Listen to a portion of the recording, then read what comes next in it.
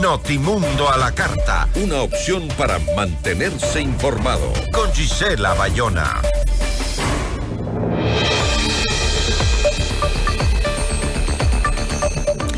En medio de la crisis energética que vive el Ecuador, las empresas mineras pagan una tarifa eléctrica preferencial de alrededor de 5 centavos de dólar por kilovatio hora y aseguran que así se debe mantener la tarifa tras un acuerdo que se dio en su momento con el gobierno cuando se hizo los contratos. Mientras tanto, el ministro Luque anuncia que se van a analizar los contratos y también revisar la tarifa. La entrevista a la carta. Nos acompaña a esta hora Miguel Robalino, experto energético. ¿Cómo está? Muy buenas tardes. Estela, buenas tardes. Un saludo cordial a usted. Gracias por el espacio, siempre complacido.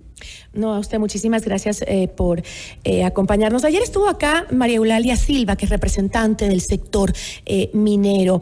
Ella precisó que no es un subsidio lo que se le da a las empresas mineras. Dijo que se acordó en, claro, otros tiempos en donde el Ecuador no tenía la crisis que hoy tiene, esa tarifa diferenciada, privilegiada, no sé cómo llamarla, pero que así es como se manejan los contratos y que esa tarifa debe permanecer en ese costo. ¿Eso es así? ¿Se debe mantener esa tarifa? ¿Cómo normalmente se hacen esos acuerdos? Mire, cuando las empresas, sea en minería, en petróleo o en gas, hacen su plan de inversiones, dentro de sus costos de operación o los OPEX que llamamos, justamente está un rubro que se llama electricidad. Uh-huh. Entendería que ese rubro viene estipulado en base a datos reales, más no a datos que puedan darse en base a un supuesto incentivo o subsidio. Uh-huh. Partamos de eso. Entonces, partiendo de eso, desde mi punto de vista, yo creo que sí tienen que eliminarse este subsidio, porque es un subsidio, hay que decirlo con el nombre correcto que es, que si bien es cierto, 5 centavos aduciendo a que solamente están usando la fase de generación y transmisión, es decir, que no cogen del distribuidor, y que supuestamente ese gasto nos ahorran al país, no es así. Porque hay que estimar que definitivamente es el costo real, hay que establecer el costo real de kilovatio, y más aún en el entorno de esta crisis eléctrica que estamos viviendo, donde lógicamente uno de los problemas fuertes que tenemos son los altos precios que nos está costando y nos va a seguir costando. Pero ¿existe o no un compromiso estatal para mantener ese valor, como lo plantea el sector minero? Lo que sería de revisar es justamente cuál es lo que nos indiquen, cuál es el contrato y en qué cláusula del contrato dice. Uh-huh. Ese es un tema que sería el primer punto de vista, y hubiese sido bueno que eso lo plantee justamente de la parte de la Cámara, que nos indique en cuál cláusula y cuál contrato, en el contrato, en cuál cláusula del artículo está planteado esto. Sería importante. Aún así, de estar en el contrato, eso sería de revisarlo, porque yo he buscado, lógicamente, esos contratos, lamentablemente, solo tienen acceso los contratantes o las partes y el ministerio. Sería bueno que se exteriorice para poder revisar y analizar, pero aún así, yo creo que el momento actual que está viviendo el país, hay que sensibilizarse, así como nos hemos sensibilizado los 18 millones de ecuatorianos, quedándonos sin luz prácticamente. Las industrias tienen que sensibilizar. Y vuelvo y repito, en los costos de operación de ellos, yo estoy seguro que ellos no pueden considerar esos costos por kilovatio. Los costos que generalmente se establecen son costos reales. Por otro lado, también decían que se había acordado el tema de una infraestructura que iban a montar, una infraestructura muy costosa, que también ellos otorgan, estas empresas, ayuda en cablear, de darles energía eléctrica a la zona en la que están haciendo su explotación, en este caso de minería, y que eso es retribuirle también al país por el tema de explotar nuestros recursos. Obviamente esto es un negocio, ¿no?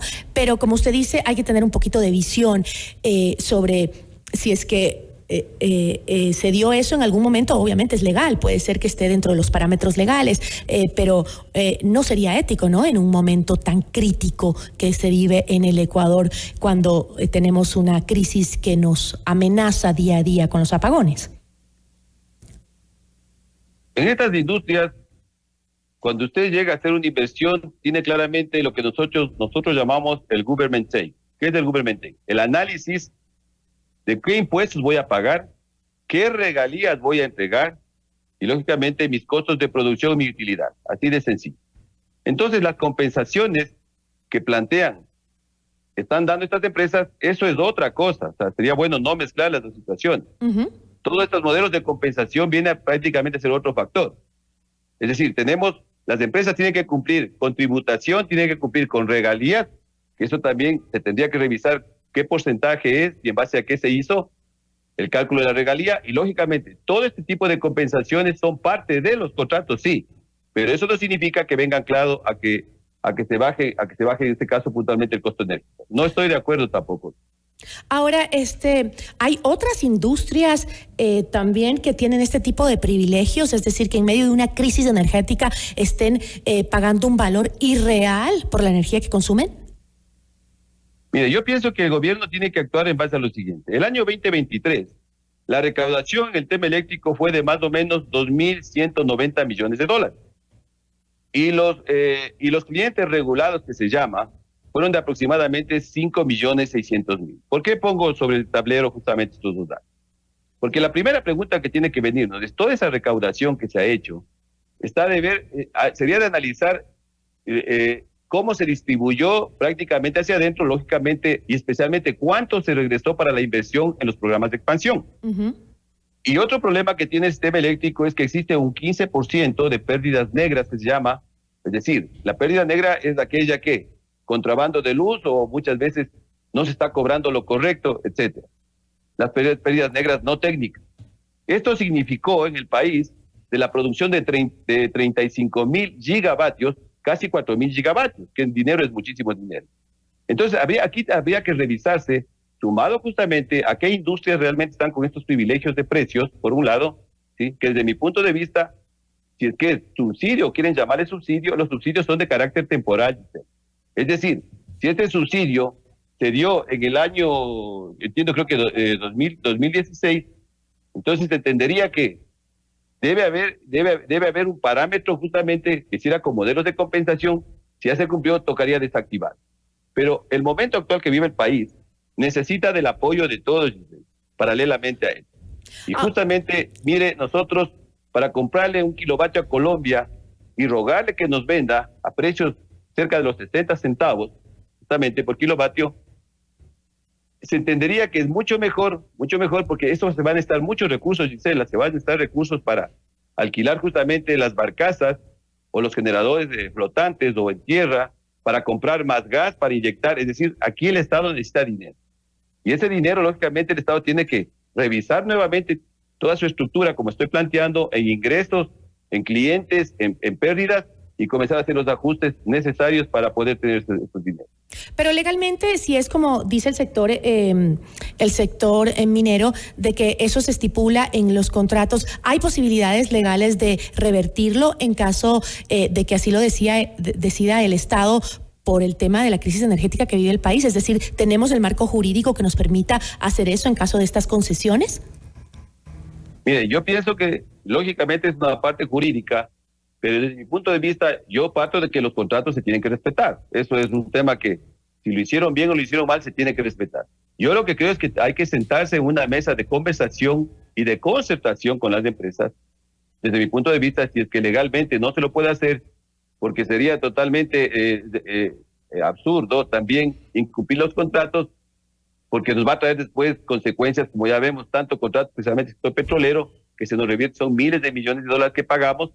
Yo pienso que se tiene que sentar. O sea, yo pienso que inmediatamente, si ya se está planteando que existe en el contrato, debe la cartera de energía o sus delegados sentarse a conversar con las empresas, y es que es cláusula del contrato, ver si se ha cumplido, hasta cuándo, cómo, y si no, llegar a un punto de concertación. Porque definitivamente no hay otra salida. Así es. Y además hay otro tema, ¿no? Que es el hecho de que obviamente ellos hoy por hoy el sector minero está ganando muchísimo dinero, no solo en el Ecuador, sino alrededor del mundo, por el precio del oro, por ejemplo, que hoy se ha disparado y hay proyecciones de que crezca aún más, un precio que tiene un costo, pero que no se había registrado nunca, creo, se ha disparado el precio. Entonces eso quiere decir que sus ingresos son mayores. Por más que sí, hay que respetar los contratos, pero también hay que mirar un poco sobre la situación que vive el país, ¿no? Ahora sí me gustaría preguntarle también sobre la situación energética del país. Hoy estamos viviendo una etapa de, digamos, un poquito de estabilidad debido a que se ha anunciado que por la próxima semana no va a haber apagones, ¿no? Que estamos con los embalses a un nivel adecuado, gracias a las lluvias, pero recordemos que también el estiaje va a volver, si no me equivoco, me parece que en octubre, si no me equivoco, hay un nuevo problema con el tema de las lluvias, el estiaje y todo eso, ¿no?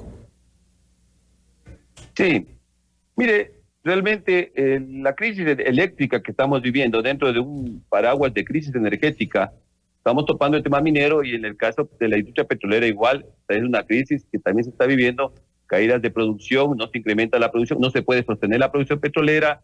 En el caso de minería tenemos paralelamente el crecimiento de la minería ilegal, que es un serio problema, y en el caso lógicamente de gas, no hemos hecho nada por incrementar la producción de gas en el campo Amistad.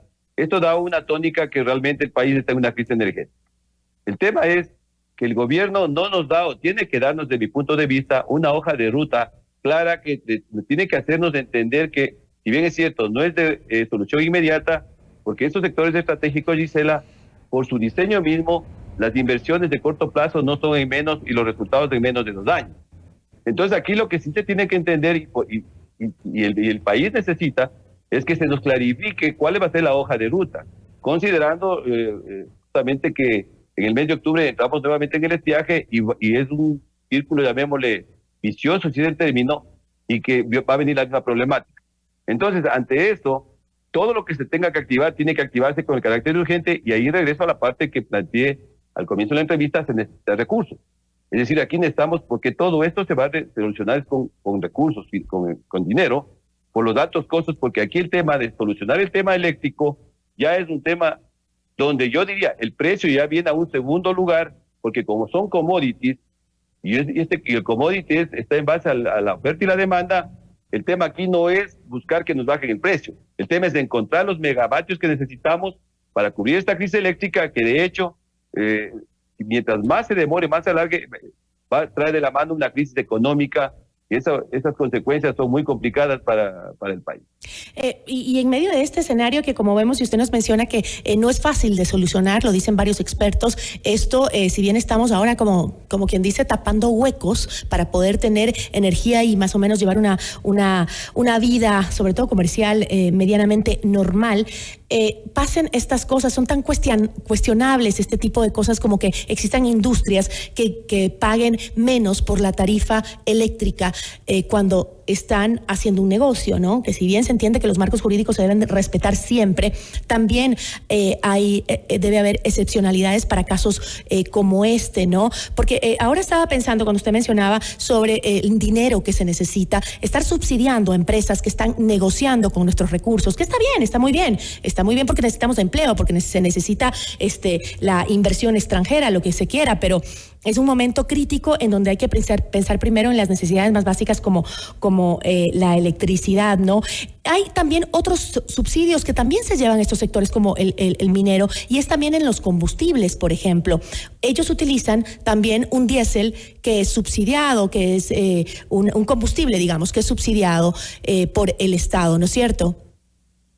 Sí, ese es el otro punto, porque definitivamente, miren, los subsidios indirectos que llamamos, es decir, los subsidios tanto a los combustibles como a la electricidad, que lamentablemente una de las características de este tipo de subsidios es que no sabemos realmente dónde llegan. Uh-huh. No es como el caso del subsidio directo, como decir el bono de la salud, el bono de la vivienda, etcétera, que aún así, con ciertas fallas, sabemos dónde llega. Entonces, claro, uno de los problemas que también tiene y que tiene que estructurar bien el gobierno en el tema de subsidios es, en primer lugar, centralizar los subsidios, segundo, actualizar los registros sociales, y lógicamente tiene que actuarse en una línea de llegar a los quintiles más bajos económicos, y es el concepto. Entonces, en la parte esta industrial exactamente es lo mismo, y no solamente en esto, porque se tendría que comenzar a revisar inclusive en el tema de gas, ¿sí? Porque también hay industrias que consumen gas que en cierta forma los precios les salen casi a precios de subsidiado, Sin embargo, el Ecuador somos grandes importadores de gas y habría que hacer una revisión total. Entonces, y también, por ejemplo, el IVA. El IVA también es descontado en algunas industrias como lo que veíamos en las mineras. Así es, así es. Y mire, en el tema de la minera, inclusive de la minería, justamente cuando yo hablé del tema de regalías, inclusive eso se tiene que revisar porque, mire, las regalías normalmente en el contrato se define si van a ser a boca de mina, como se llama normalmente, o son regalías que ya se especifican en otro formato. O sea, en minería es un tema también un poco complejo, pero yo lo que creo es que en minería, y como usted muy bien dice, Gisela, es un buen negocio, es un excelente negocio. Es cierto que la inversión el Ecuador necesita, pero inclusive en minería el Ecuador tiene una característica que deberíamos cambiar, deberíamos ser parte del negocio minero. Es decir, hay que ser parte del negocio para que sea comercial para el país. Nosotros los que conocemos el tema de minería también, sabemos cómo funciona y definitivamente aquí lo vendemos como si fuese tierra y no es así, porque no solamente en la tonelada que se extrae, aunque tenga una ley o un porcentaje de 50% sea de oro, también tiene cobre, tiene litio, etcétera, por eso se llevan absolutamente todo, porque todo se procesa. Sin embargo, nosotros lo vendemos como tierra. Y el impacto ambiental que queda, que si bien es cierto, hay compensaciones, nuevamente regreso a compensaciones, no justifica realmente a que el Ecuador no haya tenido una buena rentabilidad. Ese también sería un punto que siempre hay que comenzar a revisarlo, y también el Ecuador ya comenzar a pensar un poco en también participar de la industria minera con áreas de refinación. Imagínense, hoy por hoy la cifra récord del oro es $2.500 por onza y según las proyecciones pues podría subir en los próximos meses a $3.000 la onza de oro y no pueden pagar una tarifa no más, no mayor, real por la energía que consumen estas industrias. Igual en el caso del cobre. Entonces, mire, definitivamente aquí estos ya están considerados en el mundo como los minerales estratégicos. Es decir, lo que aquí nosotros, vuelvo y repito, vendemos como si fuese tierra, se va una cantidad de minerales estratégicos. Entonces, ese es un tema que también se tiene que revisar y se tiene que fortalecer a la industria, a la empresa minera. Mire, la empresa minera, que es una empresa muy pequeña que realmente no tiene ninguna función, es por allí también por donde tiene que irse revisando. Conclusión en esto, Gisela, necesitamos que se diseñe una estructura energética de energía, es decir, realmente todos los gobiernos que han pasado, de la cabeza de esta cartera han puesto realmente a la gente que desconoce y que no entiende cómo funciona esto, porque estos son diseños o arquitecturas energéticas, es decir, todo lo bien que me vaya o haga en petróleo me va a ayudar para fortalecer las otras líneas de negocio. Es decir, si más petróleo produzco, aumento mi seguridad energética, lo que significa también que la parte eléctrica voy a fortalecer especialmente para la parte térmica. Si no entienden cómo funciona, no se entiende, y en la parte minera igual. Entonces, si no se entiende cómo funciona, lógicamente, y no hay políticas energéticas de largo plazo, Gisela, el país, allí está el problema, y si no se comienza a solucionar, esto continuará. Por lo pronto, el ministro encargado de Energía ha dicho que va a revisar esos contratos y revisar específicamente la tarifa que tienen, la tarifa eléctrica que tienen en el sector minero, ¿no? Porque sí está bien este discurso sobre el desarrollo y las inversiones millonarias que hacen las empresas que vienen a explotar nuestros recursos. Está bien, pero también es importante saber que nosotros, los ecuatorianos, no podemos subsidiarles ninguna energía a estas empresas que vienen del exterior cuando tenemos una crisis tremenda, ¿no? Pero en todo caso, le agradezco muchísimo por habernos acompañado. Gracias, Gisela. Gracias por el espacio. Una buena tarde. Nos acompañó Miguel Robalino, experto energético. Notimundo a la carta.